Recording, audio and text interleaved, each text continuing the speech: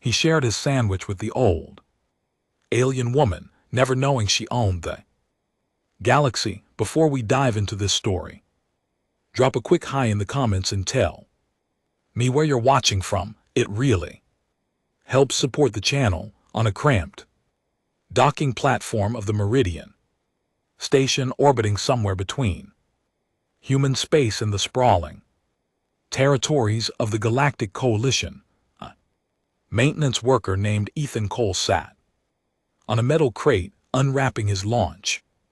The station hummed with the usual chaos of 100 species coming and going, merchants haggling over prices in a dozen different languages, the hiss of hydraulic systems, the clang of cargo containers being loaded and unloaded, and the constant background drone of the environmental systems that kept this massive structure habitable. But Ethan had learned long ago to find his quiet moments wherever he could, little pockets of peace in the controlled chaos of station life.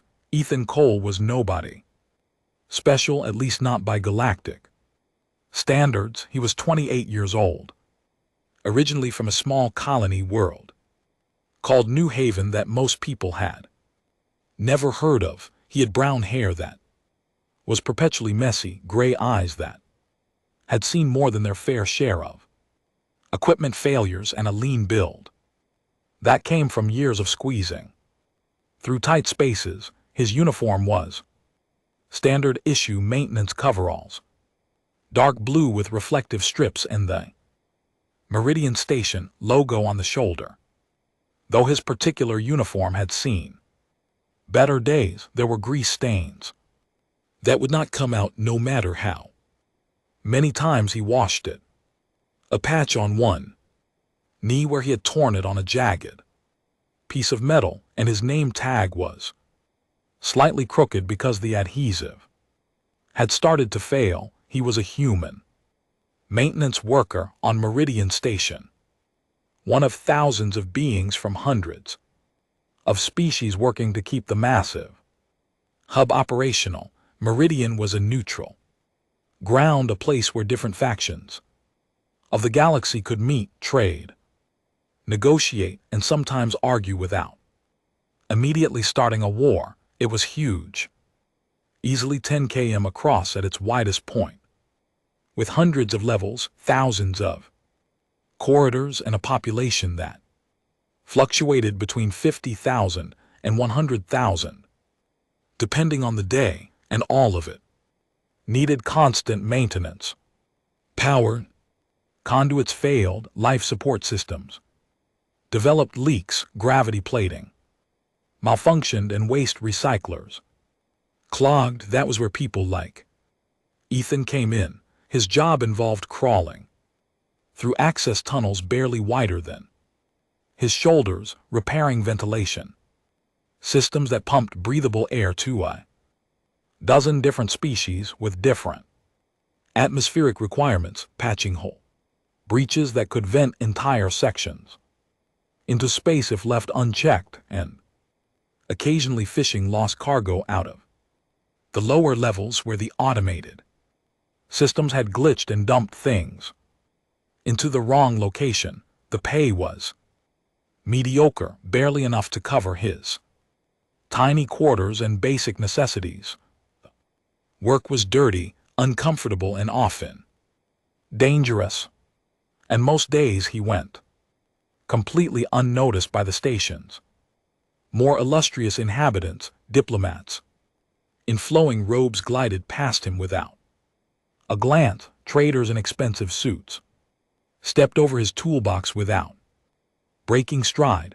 Military officers in crisp uniforms looked through him as if he were invisible. They all passed through Meridian without giving a second thought to the people who kept the lights on, the air circulating, and the toilets flushing. To them, the stations simply worked as if by magic, and they never considered the hundreds of workers who made that magic happen. Ethan did not resent them exactly. It was just the way things were, he had learned early in life that the universe was not particularly fair and complaining about it would not change anything. So he did. His job kept his head down and found satisfaction in the small victories. Successfully repaired power coupling, ventilation system brought back online. A grateful nod from a fellow worker who appreciated a helping hand. These were the things that made his life worthwhile. Today had been particularly grueling even by Ethan's standards. Cooling system had failed in Section 7, one of the residential areas that housed a group of therma species that required temperatures significantly lower than most humanoids could tolerate. The failure had been catastrophic, with coolant leaking into the surrounding corridors and the temperature in the Thermian quarters rising to dangerously high levels. Ethan had spent 6 hours in a crawl space barely wider than his shoulders, his body contorted into positions that would have made a yoga instructor wince, replacing corroded piping, while sweat dripped into his eyes and his back screamed in protest. The crawl space had been filled with the acrid smell of leaked coolant, a chemical odor that burned his nostrils and made his eyes water. His hands, despite the heavy work gloves, were covered in grease and grime, and he had scraped his knuckles raw on sharp metal edges more times than he could count. The job had been made even more difficult by the fact that the Thurians kept calling down through the access hatch, their voices high-pitched and anxious, asking how much longer it would take. Ethan understood their concern. After all, they were literally overheating in their quarters, but it did not make the work go any faster. He had done his best to reassure them, promising that he was working as quickly as he could while simultaneously trying not to lose his grip on the wrench he was using to tighten the new pipe fittings. When he had finally finished, when the new pipes were in place and sealed, when the coolant was flowing again and the temperature in the therm began to drop back to their comfortable range, the Thayans had thanked him profusely. They had even offered him a small token of appreciation, a crystalline sculpture that represented gratitude in their culture. Ethan had accepted it with a tired smile, promising to display it in his quarters, though in reality he had no idea where he would put it in his cramped living space. But now finally his shift was over, or at least it was supposed to be over. Ethan knew from experience that there was always a chance his supervisor would find him and assign him another emergency repair, another crisis that needed immediate attention. That was why he had come to this particular docking platform, one of the less trafficked areas of the station, where his supervisor was unlikely to look for him. It was his secret spot, a place where he could catch his breath and eat his lunch without being interrupted. His back ached a deep throbbing pain that radiated from his lower spine up to his shoulders. His hands were sore, his fingers stiff from gripping tools for hours. His eyes burned from the coolant fumes and from staring at tiny pipe fittings and dim lighting. All he wanted was 15 minutes of peace to eat his sandwich and try to summon the energy to make it back to his quarters, where he could collapse into his narrow bunk and sleep for the next 10 hours, 20 if he was lucky. The sandwich itself was nothing fancy, nothing that would impress anyone. It was exactly the kind of meal that someone on a tight budget ate when they were too tired to care about culinary excellence. Synthesized turkey, the kind that was grown in vats and had a texture that was almost but not quite like real meat. Some lettuce that had probably been grown in one of the hydroponics bays 3 decks down, wilted and slightly brown around the edges, a slice of processed cheese, bright yellow and plasticky, that tasted more like the idea of cheese than actual cheese, mustard on bread that was only slightly stale with a crust that had started to harden. The bread was the standard station issue, produced in bulk by the commissary and distributed to workers as part of their meal allowance. To anyone with refined tastes, it would have been barely edible. To Ethan, after 6 hours of brutal physical labor, it was a feast. He had learned to appreciate the small things during his 2 years on Meridian Station: a hot meal, a comfortable place to sit, a few minutes of quiet. These were luxuries that he never took for granted. He was halfway through his first bite, savoring the taste of mustard and synthesized turkey when he noticed her. She was sitting on the deck not far from where he had claimed his crate, her back against a support pillar. The pillar was one of the massive structural supports that held this section of the station together, covered in peeling paint and plastered with old safety notices in multiple languages. She was clearly alien, though Ethan had seen enough species by now that he had stopped being surprised by new appearances. The galaxy was vast, and it contained more variations of intelligent life than any human could hope to catalog in a lifetime. Her skin had a faint bluish tint, almost gray, like the color of storm clouds before rain.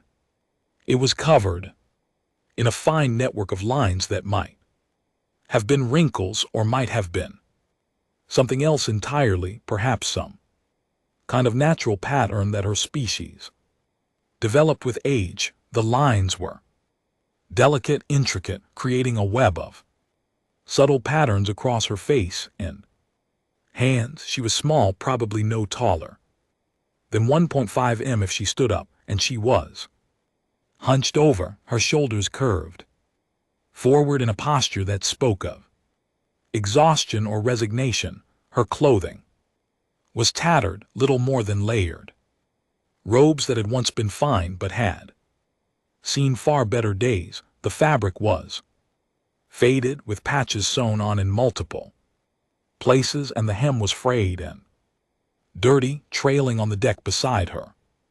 What struck Ethan most, what made him pause mid-chew, were her eyes.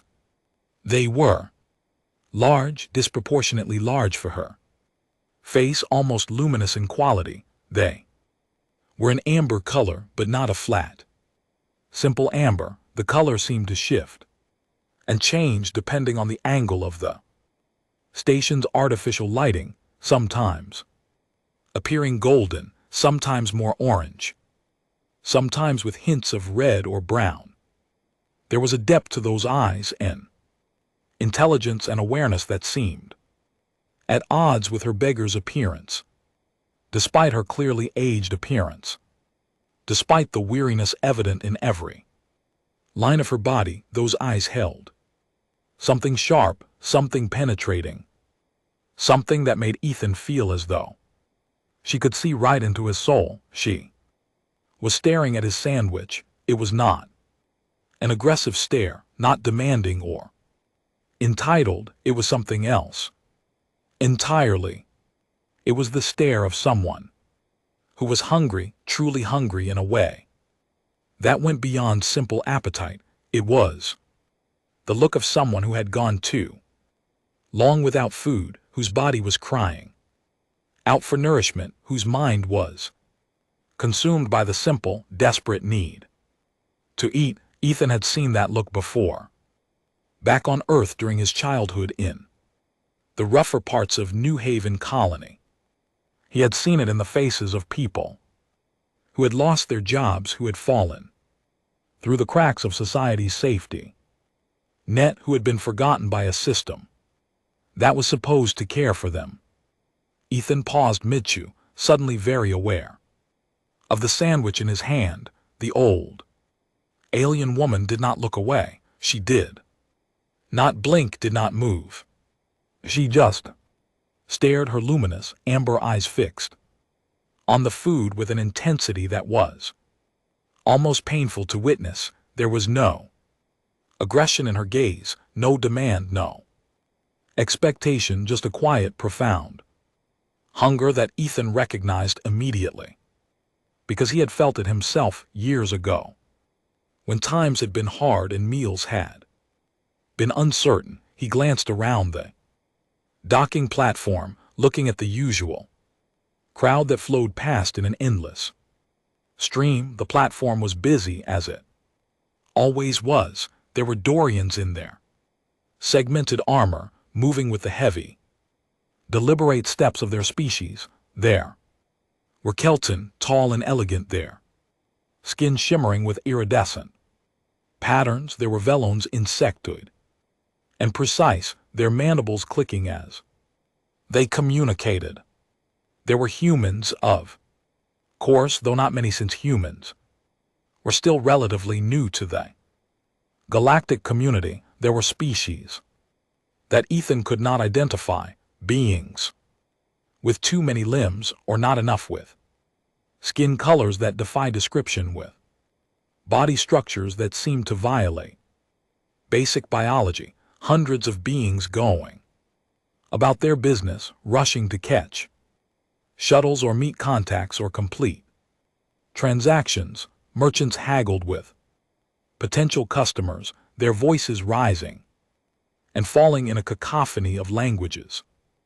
Dock workers guided cargo containers with practiced efficiency, their movements coordinated despite the chaos around them. Station security officers strolled past in pairs, their eyes scanning for trouble, their hands resting casually on their weapons. It was the usual organized chaos of Meridian Station, a microcosm of the galaxy itself, where countless lives intersected for brief moments before diverging again. None of them seemed to notice the old woman. She was invisible to them, just another piece of the station's background, like the cargo crates stacked against the walls or the faded safety signs warning of explosive decompression. She might as well have been part of the deck plating for all the attention anyone paid her. People walked past within meters of her, close enough to trip over her if they were not watching where they were going, and not a single one of them looked down. Not a single one of them saw her, except Ethan. He looked down at his sandwich, the bread slightly compressed from where his fingers had gripped it, the lettuce poking out from one side, the mustard leaving a faint yellow stain on his fingertips. He thought about how hungry he was, how much he had been looking forward to this meal, how his body needed the calories after 6 hours of brutal physical labor. He thought about how he did not have much money, how his next meal would probably be just as mediocre, how every credit he earned had to be carefully budgeted to cover his expenses. Then he looked back at the woman, at those haunting amber eyes, at the way her thin fingers clutched at the fabric of her tattered robes, at the way her body seemed to sag against the support pillar as if standing would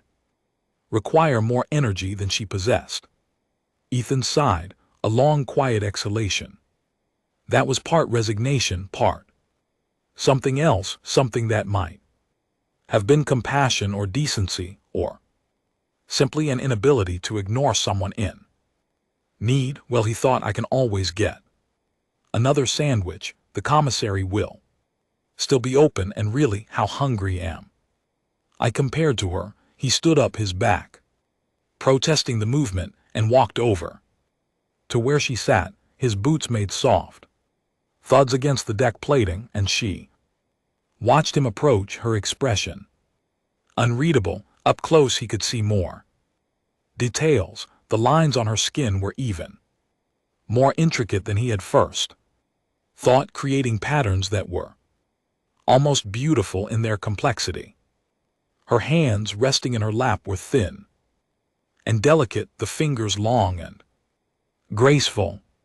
There was something almost regal about her, despite her obviously desperate circumstances, as if she carried herself with a dignity that poverty could not quite erase. He stood up and walked over to where she sat. She watched him approach, her expression unreadable. When he got close enough, he knelt down and held out the sandwich.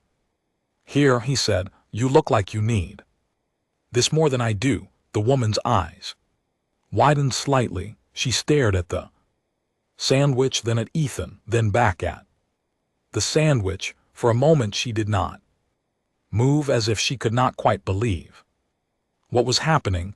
"Go ahead," Ethan said, offering an encouraging smile. "It is not much, but it is food." Slowly, almost reverently, the old woman reached out and took the sandwich from his hand. Her fingers were thin, delicate, and trembled slightly as they closed around the bread. She brought the sandwich close to her face and inhaled deeply, as if committing the scent to memory. "Thank you," she said, her voice soft and rasping like wind through dry leaves. Her grasp of human language was surprisingly good, though her accent was thick and unfamiliar. "Thank you, young one." "No problem," Ethan said. He started to stand, figuring that was the end of the interaction, but something made him pause. "Are you okay? Do you need anything else? Water, maybe?"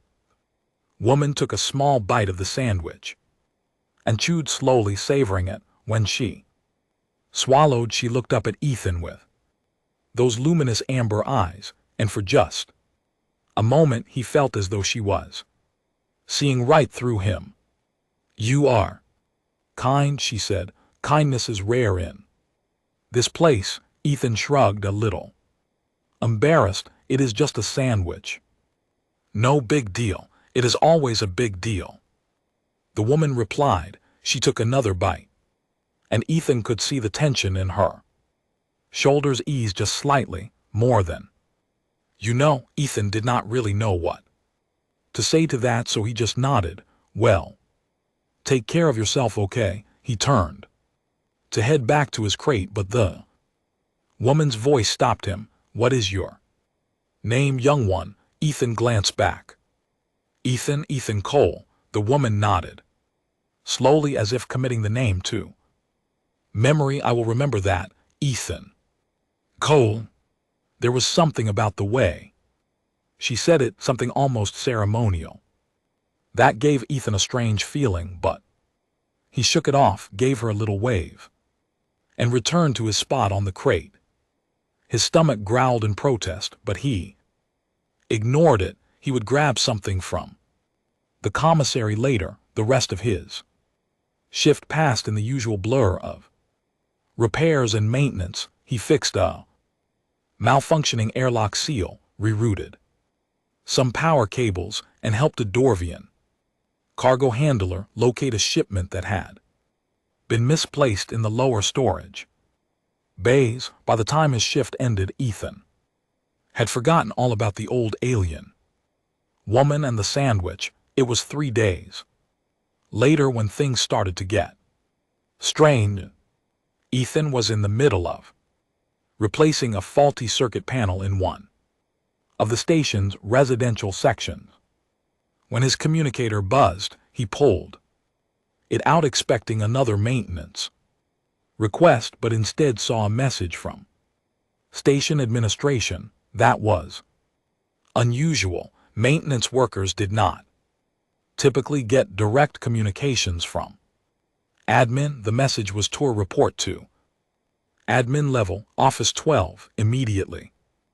Ethan frowned. Office 12, he did not even know what Office 12 was. Admin level was where the station's command staff worked, the people who actually ran Meridian. Maintenance workers did not go up there unless something had gone very, very wrong. His mind raced through the possibilities. Had he screwed something up, broken something important? But no, he was careful with his work. He always double-checked his repairs with a sinking feeling in his stomach. Ethan made his way to the nearest lift and took it up to admin level. The transition from the grimy industrial sections of the station to the polished corridors of admin was jarring. Everything up here was clean, bright, and expensive looking. People who passed him in the halls wore crisp uniforms or elegant robes, and more than one of them gave him odd looks, as if wondering what a grease-stained maintenance worker was doing on their level. He found Office 12 and hesitated outside the door. Then he took a deep breath and hit the access panel. The door slid open, revealing a spacious office with a view of the starfield beyond the station. Behind a sleek desk sat a vegan administrator, a tall, insectoid species with multifaceted eyes and mandibles that clicked softly as they spoke. Ethan Cole, the administrator, asked, though it was clearly not a question. Yes, sir, Ethan said, standing as straight as he could despite his nervousness. Administrator studied him for a moment, its mandibles clicking in what might have been curiosity. You are to report to docking bay 7 immediately. A shuttle is waiting for you. Ethan blinked. Shuttle? I do not understand. Did I do something wrong? Wrong. The administrator's mandibles clicked again, faster this time. No, Mr. Cole, quite the opposite. You have been summoned. Summoned by who? The administrator hesitated, as if uncertain how to answer. By someone very important. That is all I am authorized to tell you. Go to docking bay 7. Do not delay. Ethan wanted to ask more questions, but the administrator's tone made it clear the conversation was over. Confused and more than a little anxious, Ethan left the office and made his way to docking bay 7. When he arrived, he found a sleek shuttle waiting, the kind of vessel that screamed wealth and power. It was unmarked, but its hull gleamed with a polished perfection that spoke of meticulous care. 2 guards stood at the entrance, both heavily armed and wearing armor that Ethan did not recognize. Ethan Cole, one of them asked. That is me, Ethan replied cautiously. The guard stepped aside. Board the shuttle. You will be briefed en route. En route to where? Ethan asked, but the guard did not answer. With no other choice, Ethan climbed aboard. The interior of the shuttle was even more luxurious than the exterior. Plush seating, ambient lighting, and a viewport that offered a stunning view of the stars. Ethan felt completely out of place, like a stray dog that had wandered into a palace. The shuttle lifted off smoothly, and Ethan watched as Meridian Station shrank. Behind them, they were moving fast, faster than any shuttle he had ever been on. After a few minutes, a holographic display flickered to life in front of him, showing the face of a stern-looking Torvian woman. Mr. Cole, she said, her voice crisp and professional. I am Captain Riss. You are being transported to the flagship of the matriarch. Upon arrival, you will be escorted to a private audience. Do not speak unless spoken to. Do not touch anything, and above all, show the utmost respect. Matriarch, Ethan repeated, his confusion deepening. Who is the matriarch? Captain Release's expression suggested she could not quite believe he had just asked that. Question: the matriarch is the sovereign, ruler of the Arathian sovereignty, one of the most powerful entities in the known galaxy. You will address her as Your Eminence. The hologram winked out. Before Ethan could ask anything else, he sat back in his seat, his mind reeling.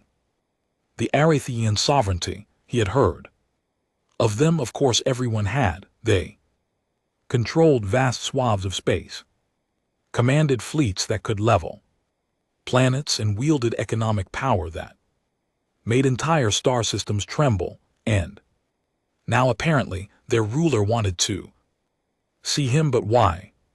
The shuttle journey took less than an hour, but to Ethan it felt like an eternity, every minute stretching out as his mind raced with possibilities and fears. The viewport showed the stars sliding past brilliant points of light against the infinite black of space.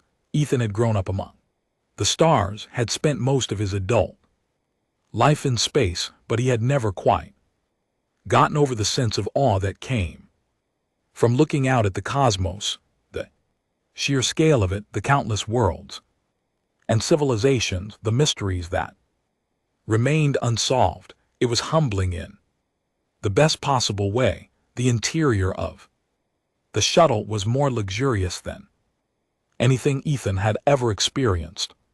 The seats were upholstered in some kind of soft material that seemed to mold itself to his body, providing support in exactly the right places. The lighting was adjustable, shifting from bright white to a softer amber glow at his touch. There was even a small refreshment station with drinks and snacks, though Ethan found he had no appetite. His stomach was tied in knots, anxiety overriding his hunger. He tried to distract himself by examining the shuttle's interior more closely. The walls were paneled in what looked like real wood, a rich dark material with visible grain patterns. Wood was incredibly rare in space, prohibitively expensive to transport, which meant that whoever owned this shuttle had wealth beyond Ethan's comprehension. There were decorative elements too, small sculptures and paintings that were clearly original art, not mass-produced reproductions. Everything about the shuttle screamed power, wealth, and status. When they finally docked, he was escorted through corridors that made admin level on Meridian look like a maintenance closet. These corridors were wide enough to drive a small vehicle through, with high ceilings adorned with intricate moldings and chandeliers that cast a warm golden light. The floors were polished to a mirror shine, some kind of stone or marble that reflected his image back at him. The walls were decorated with tapestries and paintings, each one clearly a priceless work of art. Every few meters there were loves containing sculptures or display cases filled with artifacts that Ethan did not recognize, but that radiated historical significance. The guards led him through a series of security checkpoints, each one more intense than the last. At the first checkpoint, he was scanned for weapons and explosives. At the second, his identity was verified through multiple biometric checks, retinal scans, fingerprints, DNA analysis. At the third, he was questioned by a stern-faced security officer who wanted to know the purpose of his visit, his relationship to the matriarch, and whether he was carrying any recording devices. Ethan answered as honestly as he could, though he still did not fully understand why he was there.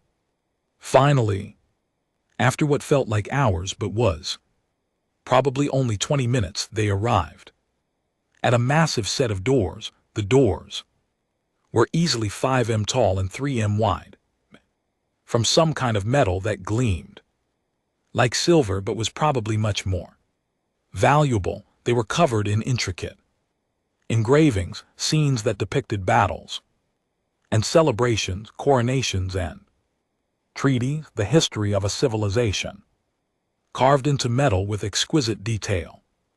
The guards took up positions on either side of the doors, their hands resting on their weapons. One of them spoke into a communication device, his voice too quiet for Ethan to hear. There was a pause, then a deep, resonant chime echoed from beyond the doors. The doors opened, swinging inward with a smooth, silent motion that spoke of perfect engineering.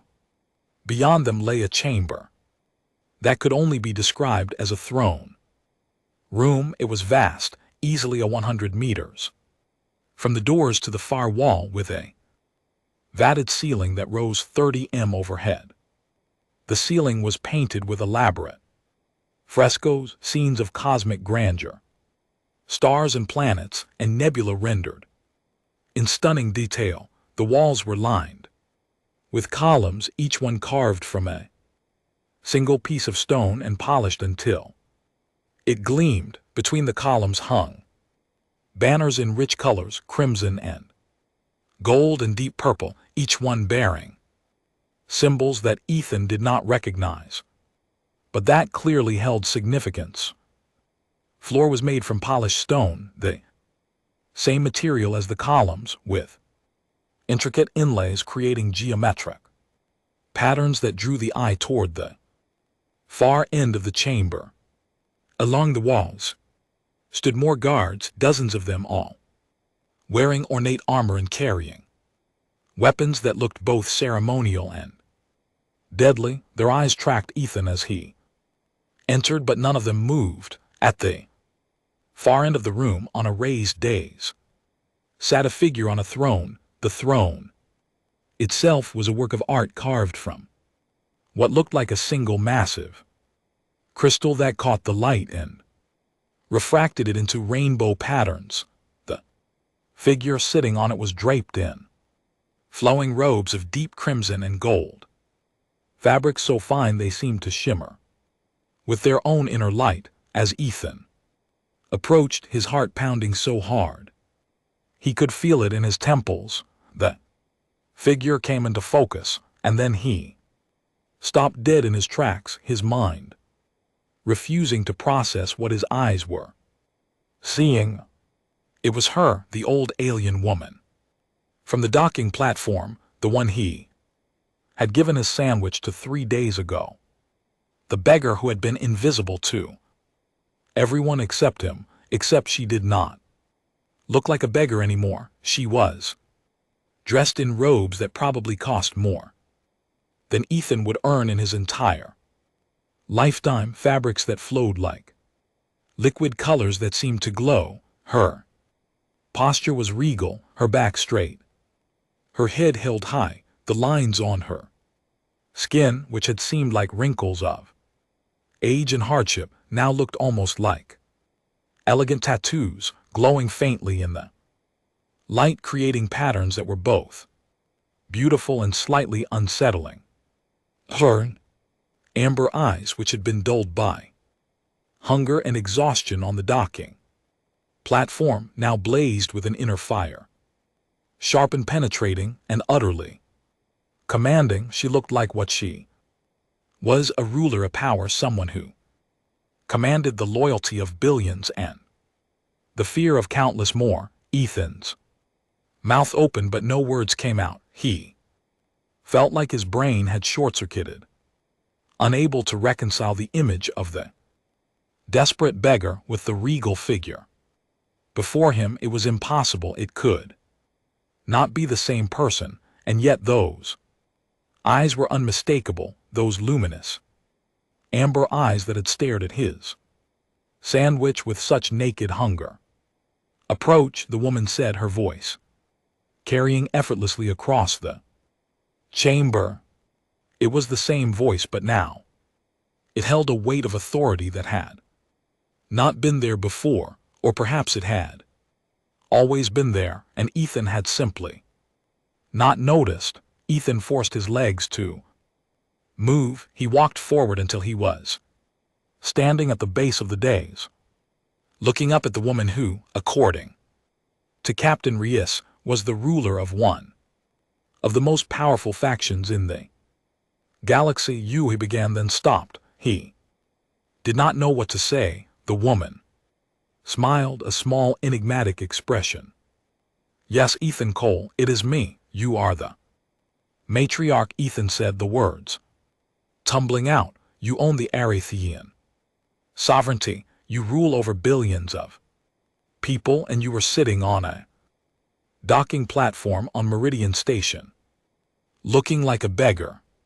I was not looking like a beggar, the matriarch said, her tone mildly reproachful. I was a beggar for a time, but why? Ethan asked. Why would someone like you pretend to be homeless? The matriarch leaned back in her throne, her gaze thoughtful, and for a moment she looked tired, as if the weight of her position pressed down on her despite the grandeur surrounding them. Tell me, Ethan Cole, how much do you know about the Arathian sovereignty? Ethan shrugged helplessly, feeling completely out of his depth in this magnificent chamber, standing before one of the most powerful beings in the galaxy. Not much, he admitted. I know you are powerful. I know you control a lot of territory. I know that when the Arathians speak, other factions listen. That is about it.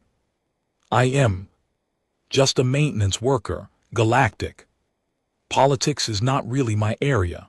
The matriarch nodded, a small smile playing at the corners of her mouth, as if his honesty amused her. The Arathian sovereignty is indeed powerful, she said, her voice taking on a quality that suggested she had given this speech before, perhaps many times. We have existed for over 3,000 years, since before humanity left its birth world and ventured into the stars. We have seen empires rise from nothing and fall into dust. We have fought wars that consumed entire star systems, and we have brokered peace treaties that saved countless lives. We have accumulated wealth beyond measure, resources that could feed entire civilizations for generations. Our fleets number in the thousands.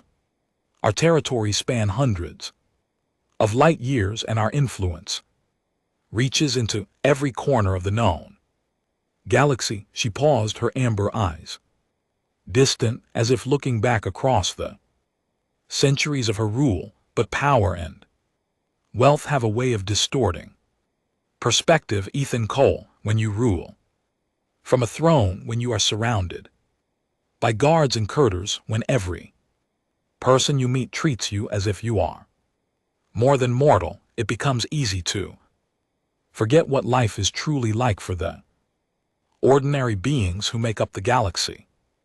It becomes easy to lose touch with reality. She stood then, rising from her throne with a fluid grace that belied her apparent age, and despite her relatively small stature, she seemed to fill the room with her presence. I have ruled the sovereignty for over 2 centuries.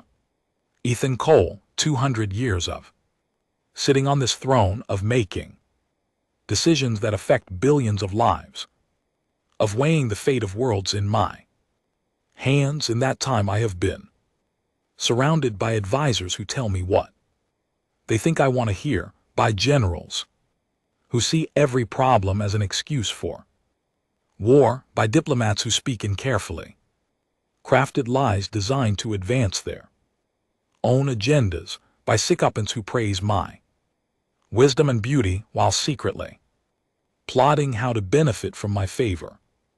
Her voice grew harder, edged with a bitterness that surprised Ethan. Everyone I meet wants something from me. Trade agreements, military alliances, territorial concessions, justice for some perceived wrong, vengeance against An enemy, wealth, power, status. Everyone has an agenda. Everyone is calculating how to use me to achieve their goals, and over the years I began to wonder if I had lost touch with the galaxy I was supposed to govern.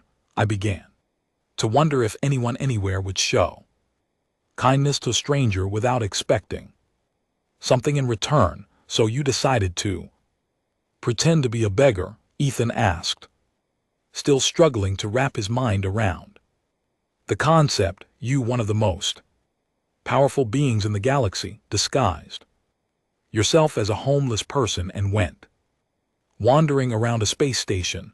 Not pretend, the matriarch corrected firmly. I truly was a beggar. I left my flagship in secret with no guards, no wealth, no power. I wore the clothes of a pauper and carried nothing of value. I wanted to see the galaxy as it truly is, not as it is presented to me in carefully edited reports and glowing briefings. I wanted to know if there was still kindness in the universe, or if everyone had become as calculating and selfish as those who fill my court. And what did you find? Ethan asked. The matriarch smiled again, and this time there was genuine warmth in it. I found that most people ignored me. They walked past as if I did not exist. Some even went out of their way to avoid me, as if poverty were contagious. I spent days on that docking platform, hungry and cold, watching thousands of beings pass by. Not one of them stopped to help, until you, she added, her gaze locking onto Ethan's. I just gave you a sandwich, Ethan said weakly. It was not a big deal. You gave me more than a sandwich, the matriarch said. You gave me your lunch, your only meal. You did not know who I was. You did not expect anything in return. You saw someone in need and you helped. That, Ethan Cole, is what I was searching for, and I found it in the most unlikely of places, in a human maintenance worker on a crowded docking platform. Ethan did not know what to say. He felt like he was in the middle of a dream, or possibly a nightmare. This could not be real. The matriarch descended from the dais, walking toward him with slow, deliberate steps. When she stopped in front of him, she reached out and placed a hand on his shoulder. I told you I would remember your name, Ethan Cole, she said, and I have. You have shown me something that I had nearly forgotten. That kindness still exists, that there are still people in this galaxy who care about others even when it costs them something. She turned and walked back to her throne, but did not sit. Instead, she gestured to one of the guards standing at the edge of the room. The guard stepped forward and handed her a small, ornate box. This is for you, the matriarch said, holding the box out to Ethan. Ethan took the box, his hands trembling slightly. He opened it and found inside a medallion, intricately crafted from a metal that seemed to shimmer with its own inner light. The design was complex, with symbols that Ethan did not recognize. That is a token of the matriarch, she explained. There are only 12 in existence. It grants you a single request, anything within my power to give. If you ever need something, anything at all, present that token to any representative of the Arathian sovereignty, and your request will be honored. Ethan stared at the medallion, unable to process what he was hearing. This is too much, he said. I cannot accept this. I just gave you a sandwich, and I am giving you a token. The matriarch replied, consider it a fair trade. But Ethan began, but the matriarch held up a hand, silencing him. I do not give this lightly, Ethan Cole. You may not understand the significance Now but one day you might keep it, and remember, kindness is never wasted. Ethan closed the box, still in a daze. He looked up at the matriarch, searching for something to say that could possibly match the magnitude of what was happening. "Thank you," he finally managed. "I do not know what else to say." "You do not need to say anything," the matriarch replied. "Just continue to be the person you are. The galaxy needs more people like you." She gestured to the guards. "Escort Mr. Cole back to his shuttle and ensure he arrives safely at Meridian Station." The guards moved forward and Ethan allowed himself to be led out of the throne room. As he walked back through the opulent corridors, clutching the box with the medallion inside, he felt like he was floating. When he finally returned to Meridian Station, it was late in the evening. Station time, he made his way back to his small quarters, a cramped room, barely large enough for a bed and a locker. He sat down on the bed and opened the box again, staring at the medallion. It had really happened. He had met the ruler of the Arathian sovereignty. He had been given a token that could grant him almost anything he wanted, and all because he had shared his sandwich. Ethan laughed, a slightly hysterical sound that echoed in the small room. It was absurd, it was impossible, and yet it was real. Over the next few weeks, life on Meridian Station continued as usual for Ethan. At least on the surface, he went back to his maintenance work, crawling through access tunnels and fixing broken equipment, repairing environmental systems, and patching hull breaches. The familiar routine was comforting in a way, a return to normally after the surreal experience of meeting the matriarch. He did not tell anyone about what had happened. Who would believe him? A maintenance worker summoned to the flagship of the Arathian sovereignty, given a personal audience with one of the most powerful rulers in the galaxy. It sounded like a fantasy, the kind of story someone would make up to feel important, but he kept the medallion hidden in his locker beneath his spare uniforms and personal belongings, a constant reminder that it had not been a dream. Sometimes late at night, when he could not sleep, he would take it out and hold it, turning it over in his hands, marveling at the craftsmanship and the weight of what it represented. A single request, anything within the matriarch's power to give. It was a responsibility that felt both empowering and terrifying. What could he possibly ask for that would be worthy of such a gift?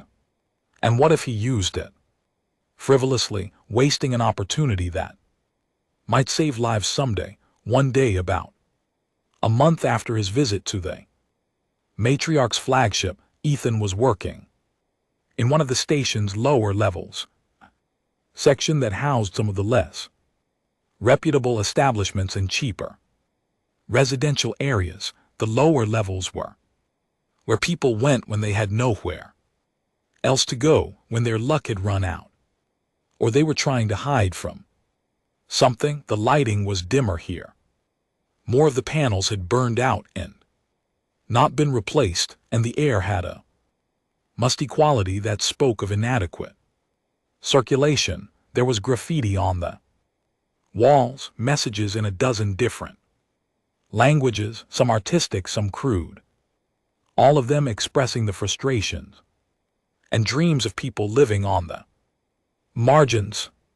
He was in the middle of replacing a faulty circuit panel, his tools spread out around him on the deck, when he heard shouting. The voices were angry, threatening, coming from somewhere around the corner in one of the residential corridors. Ethan's first instinct was to mind his own business. The lower levels could be dangerous, and Getting involved in other people's problems was a good way to end up hurt. But something about the voices made him pause, something about the quality of fear he heard underlying the anger. He gathered up his tools quickly, stowing them in his belt, and moved cautiously toward the sound. As he rounded the corner, he saw a scene that made his blood run cold. A group of 5 Dorvian thugs had cornered a young Celt woman against the wall of the corridor. The Dorvians were big, muscular, their segmented exoskeletons giving them a natural armor that made them formidable. In a fight, they wore street clothes, but Ethan could see the glint of weapons tucked into their belts, knives and possibly energy pistols. The Celt woman was small, delicate, her iridescent skin pale with fear. She was clutching a small bag to her chest, probably everything she owned in the world, and her large eyes were wide with terror. The lead Dorvian was doing the talking, his voice harsh and grating, speaking in heavily accented common. You walk through our territory, you pay the toll. He was saying that is the rule. You know the rule. I do not have any money, the Celt woman said, her voice trembling. Please, I'm just trying to get to my quarters. I do not want any trouble. No money. The Dorvian laughed, a sound like metal scraping on stone. Then maybe you pay some other way. We find something you can give us. The other Dorvians laughed too, and the implication in their voices made Ethan's stomach turn. The Celt woman pressed herself against the wall, looking desperately for an escape route, but the Dorvians had her boxed in. There was nowhere for her to go. Ethan's first instinct was still to walk away. This was not his problem. He was just a maintenance worker. These Dorvians were clearly part of one of the gangs that controlled the lower levels, and interfering with gang business was incredibly dangerous. But then he thought about the matriarch's words, about kindness and compassion, about choosing to help even when it costs something. He thought about the old woman on the docking platform, hungry and ignored by everyone except him. He thought about the kind of person he wanted to be. He stepped forward, his heart pounding but his voice steady. Hey, he said loud enough to get their attention. Leave her alone. The Dorvians turned to look at him, and Ethan immediately regretted his decision. They were even bigger up close, easily twice his weight, with muscles that bulged beneath their exoskeletons. The lead Dorvian looked at him with an expression that was equal parts surprise and amusement, as if he could not quite believe what he was seeing. Or what? Human? The Dorvian asked, his voice dripping with contempt. You will stop us. You. Ethan did not have an answer to that. He was not a fighter. He had never been in a real fight in his life, unless you counted a few drunken shoving matches in his youth. He had no weapon except for the tools on his belt, and a wrench was not much use against 5 armed thugs. But he stood his ground, refusing to back down, even as every instinct screamed at him to run. I am asking you to leave her alone, Ethan said, trying to keep his voice from shaking. She said she does not have any money. Just let her go. The lead Dorvian stepped closer, towering over Ethan, his breath hot and smelling of something acrid. Walk away, little human, he said, his voice low and menacing. This does not concern you. Walk away before you get hurt. For a moment it looked like the situation was about to turn violent. The other Dorvians were tensing, their hands moving toward their weapons. The Kelton woman was watching With wide, terrified eyes, Ethan could feel his heart racing, adrenaline flooding his system, his body preparing for fight or flight. But then one of the other Dorvians grabbed the leader's arm and whispered something urgently in his ear. The leader's eyes widened and he looked at Ethan with a mixture of shock and something that might have been fear. "You are Cole," the leader said, and it was not a question, it was a statement, delivered with a sudden, unexpected respect. "Ethan Cole, the one with the matriarch's token." Ethan blinked in surprise, completely thrown by the sudden change in tone. "How do you know about that?" he asked. "Everyone knows," the Dwarvian said, his earlier aggression evaporating like mist. "Word spreads fast, especially in the lower levels. You are under the matriarch's protection. To harm you would bring the wrath of the Erythian sovereignty down on us." The Dorvians backed away from both Ethan and the Celt woman, their body language shifting from threatening to deferential in the space of a few seconds. "We meant no disrespect," the leader said, actually sounding genuine in his apology. "We did not know you were here. We will leave." And just like that, they were gone, disappearing down the corridor and leaving Ethan and the Kelton woman alone. The woman stared at Ethan in awe, her terror slowly giving way to relief and gratitude. "Thank you," she said, her voice still trembling but stronger now. "You saved me. I do not know how to repay you." "You do not need to repay me," Ethan said, still trying to process what had just happened. "Just be safe, okay? Maybe avoid the lower levels for a while." The woman nodded vigorously, then hurried away, clutching her bag and glancing back over her shoulder at Ethan as if he were some kind of guardian angel, which Ethan supposed he might as well have been, at least from her perspective. Ethan stood there for a moment, alone in the dimly lit corridor, trying to understand what had just occurred. The Dorvians had known about the token. Everyone knows, the leader had said. Word spreads fast. But how? Ethan had not told anyone. He had kept it secret, locked away in his locker where no one could see it, and yet somehow the story had gotten out. Over the following months, Ethan began to notice a change. Subtle at first, but growing more pronounced with time. People treated him differently. Station security officers who had previously ignored him or treated him as just another worker now nodded respectfully when he passed. Merchants in the various markets and shops offered him discounts without being asked, as if his business was particularly valuable to them. Even his supervisor, a perpetually grumpy vegan who had a reputation for piling work on anyone who could not say no, stopped assigning him the worst jobs.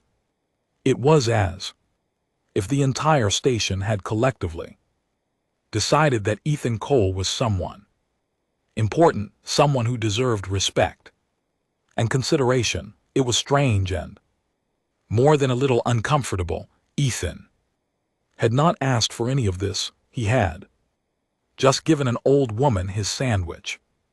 But he also began to understand what the matriarch had been trying to teach him. Kindness mattered. It rippled outward in ways that were impossible to predict. His single act of generosity had not only changed his own life, but had also sent a message to everyone who heard the story that even in a galaxy full of cynicism and self-interest, there was still value in helping others. One evening, as Ethan was finishing his shift, his communicator buzzed. It was a message from an unknown sender, but the encryption signature was one he recognized. It was from the matriarch. The message was brief. Ethan Cole, I wanted you to know that the story of your kindness has spread far beyond Meridian Station. It has reached the highest levels of the galactic coalition. You have become a symbol, a reminder that humanity, despite being a relatively young species, understands something that many older civilizations have forgotten, that true strength lies not in power or wealth but in compassion. You have honored me and I am proud to call you a friend. May your path be ever bright. Ethan read the message twice, then 3 times. Friend, the matriarch, one of the most powerful beings in the galaxy, considered him a friend. He smiled, a genuine heartfelt smile, then he closed the communicator and headed back to his quarters. The galaxy was a vast, complicated place full of wonders and dangers. Ethan was still just a maintenance worker crawling through access tunnels and fixing broken equipment, but now he knew something that he had not known before, that even the smallest person could make a difference, that kindness was never wasted, and that sometimes sharing your sandwich could change the galaxy. Years passed in Ethan's life on Meridian Station continued. He never used the matriarch's token, though he kept it close, a reminder of the day his life had changed. He continued his work, helping people when he could and living quietly.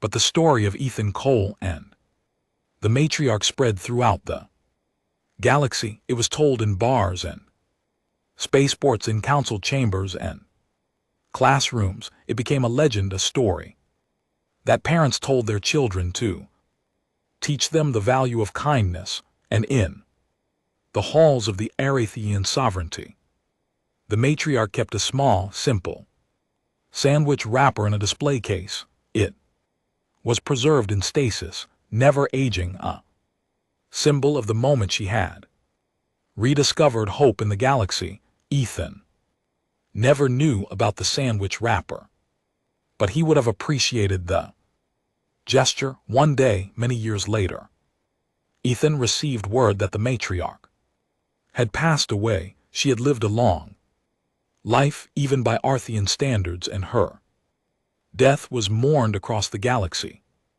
Ethan felt a deep sadness at the news. He had only met her once, but that brief encounter had shaped his entire life.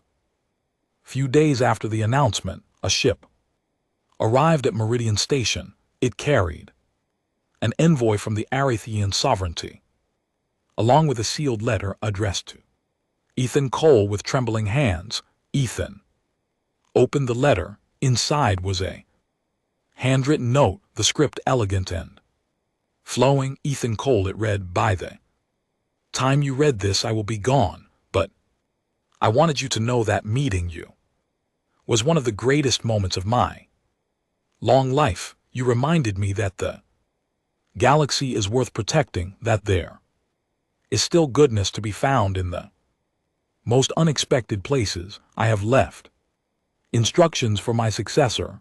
The Arathian sovereignty will always honor the memory of your kindness, and should you or your descendants ever need assistance, they need only present the token I gave you. Thank you, Ethan Cole, for sharing your sandwich with an old woman. It meant more to me than you will ever know. May the stars guide you always. The note was signed simply, the matriarch. Ethan folded the letter carefully and placed it in his locker.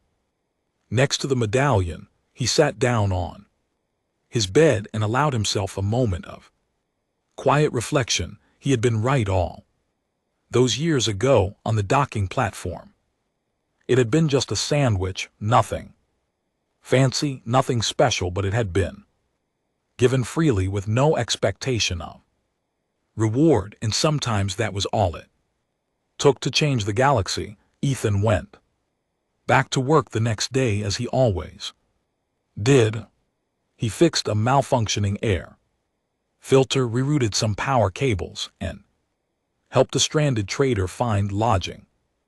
It was ordinary work, the kind of thing he had been doing for years, but Ethan understood now that there was no such thing as ordinary. Every action, every choice, every moment of kindness had the potential to ripple outward, touching lives in ways that could never be fully known. He had shared his sandwich with an old alien woman, never knowing she owned the galaxy, and in doing so he had learned the most important lesson of all, that humanity's greatest strength was not its technology or its ingenuity or its resilience, it was its capacity for compassion, for seeing someone in need and choosing to help even when there was nothing to gain.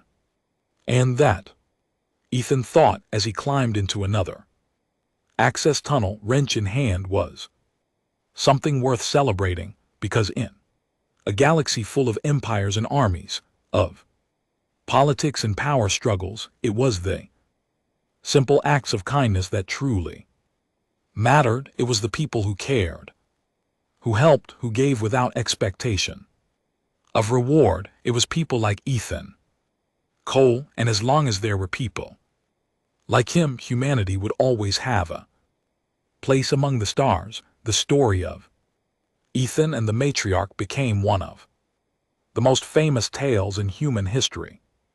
It was taught in schools, referenced in diplomatic negotiations, and retold countless times across the galaxy. It became a symbol of what humanity could be at its best: generous, compassionate, and kind. And somewhere in the heart of the Arathian sovereignty, in a place of honor, a simple sandwich wrapper remained preserved, a testament to the day an old woman disguised as a beggar had her faith in the galaxy restored by a maintenance worker who simply wanted to help. Ethan lived a long and fulfilling life. He never became famous, never sought recognition. He continued his work on Meridian Station, helping people wherever he could and living according to the lesson the matriarch had taught him, that kindness was never wasted. When Ethan finally passed away decades later, his funeral was attended by thousands. Representatives from every major faction in the galaxy came to pay their respects, including the new matriarch of the Arathian sovereignty. The new matriarch stood at Ethan's memorial and spoke to the assembled crowd. Ethan Cole was not a warrior, she said. He was not a diplomat or a scientist. He was a maintenance worker.